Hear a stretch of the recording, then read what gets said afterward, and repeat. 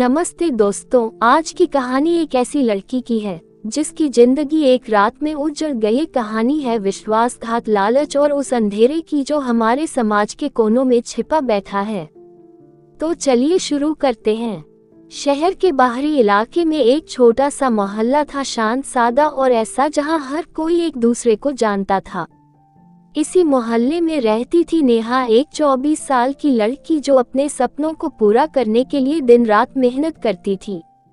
नेहा एक छोटी सी tailoring shop चलाती थी और अपने परिवार की इकलौती कमाने वाली थी। उसकी माँ बीमार रहती थी और छोटा भाई अभी स्कूल में था।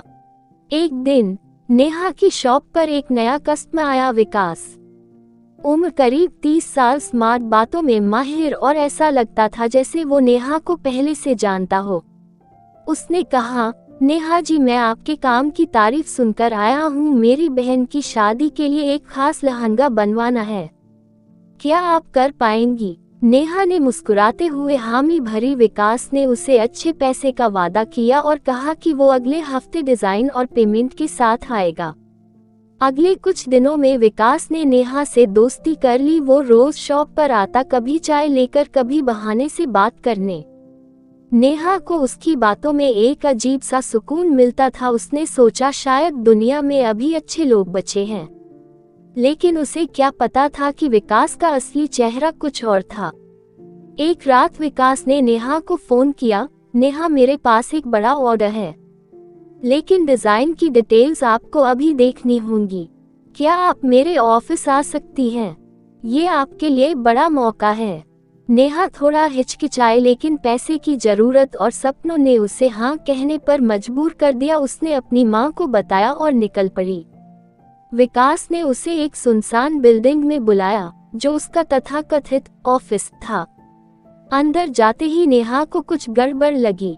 वहाँ कोई डिजाइन, कोई कागजात नहीं थे, सिर्फ विकास और उसके दो दोस्त थे जो पहले से वहाँ मौजूद थे। नेहा ने पीछे मुड़कर भागने की कोशिश की, लेकिन दरवाजा बंद था। विकास ने उसका हाथ पकड़ा और हंसते हुए कहा, कहाँ जा रही हो नेहा? अब तो खेल शुरू होगा। नेहा चीखी, रोई, गिड़गिड़ाई, लेकिन उस सुनसान जगह पर उसकी आवाज किसी तक नहीं पहुंची। विकास और उसके दोस्तों ने उसकी इज्जत लूट ली। नेहा की हिम्मत टूट चुकी थी, लेकिन उसकी सजा यही खत्म नहीं हुई। उन्हें डर था कि नेहा पुलिस के पास जाएगी, इसलिए उन्होंने उसकी गर्दन पर चाकू से वार किया और लाश को पास के जंगल में फेंक दिया। अगले दिन नेहा की मां परेशान हो गई। उसने पुलिस को खबर की। कुछ दिनों बाद जंगल में नेहा की लाश मिली।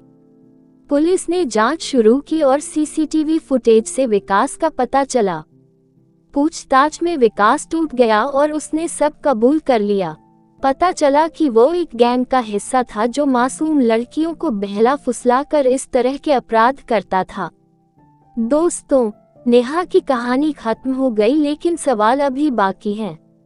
आखिर कब तक हमारे समाज में ऐसी साजिशें चलती रहेंगी? कब तक एक लड़की को अपनी मेहनत और हिम्मत की कीमत अपनी जान से चुकानी पड़ेगी? आप अपने विचार कमेंट में बताएं। और हाँ, चैनल को सब्सक्राइब करना न भूलें ताकि ऐसी कहानियां आप तक पहुंचती रहें। मिलते हैं अगले एपिसोड में। नमस्ते।